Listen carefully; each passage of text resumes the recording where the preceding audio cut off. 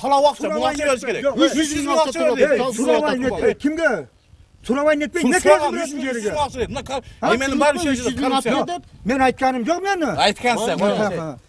Газопроводные трубы, проложенные во времена СССР в селе Кайтпас Кадамджайского района, выкапывает частная компания «Интергаз». Но с началом работ начались недовольства местных жителей. По их словам, на этих земельных наделах произрастают плодово-ягодные деревья. И теперь сельчане рискуют остаться без урожая. Что этого, что следующего года.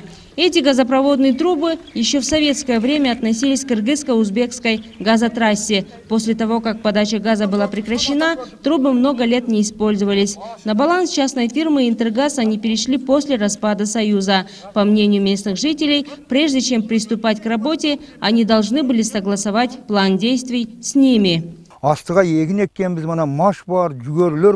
Здесь росли деревья, которые давали плоды. Все вырвали, с корнем выкопали. Приехал представитель «Интергаз», некий Медер, с нашим участковым милиционером и начал выкапывать. Я стал возмущаться, на что он ответил, что имеет решение суда и что никто не может ему помешать. С ним заодно был и участковый, который приказал выкопать. Они предупредили, что если я буду им мешать, то они меня задавят экскаватором. Как так можно? Кто будет защищать наши права? Куда нам идти? Вот наш сад, как видите, вырвали саженцы, и канал они повредили, вода теперь до нас не доходит, все начало засыхать. А ведь поле – это наш единственный доход. Мы кормим своих детей, собирая урожай с этих деревьев. Кто нам все это восстановит? Кто возместит наши потери? Чем мы детей будем кормить? Нас лишили годового дохода, а Илок-Мюту пожимает плечами, а милиция защищает их права. Но хоть кто-то же должен думать о правах народа. 14 километров газопроводных труб пролегает, как выяснилось, через село Кайтпас. Их местная власть собиралась использовать для того, чтобы провести в село чистую питьевую воду. Для этого не раз предпринимали попытки передать трубы на баланс сельского округа. Но не успели. Они оказались в частных руках.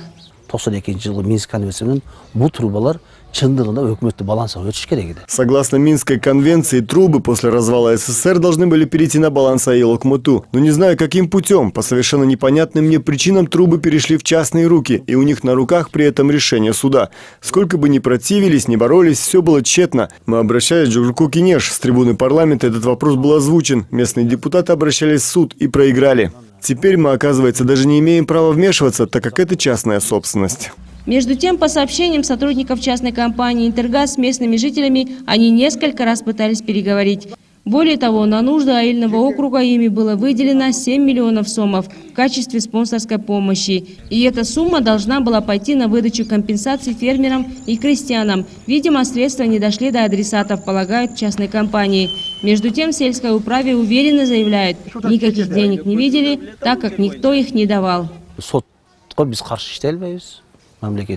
Мы сейчас не имеем права им противоречить и оказывать помеху их работе, так как у них на руках имеется решение суда. Они сразу начинают махать им. А насчет денег ни одного сома они нам не платили. У нас есть бухгалтерия, которая подтвердит, что от «Интергаз» не было поступлений.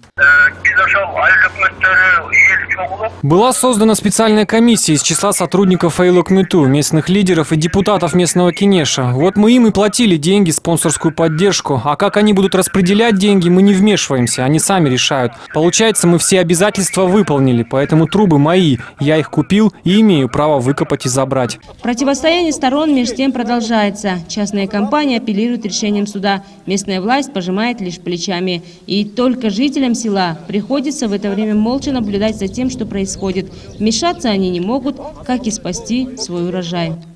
Гульжан Алкмышбаева, Бекжан Токтасунов, НТС Ош.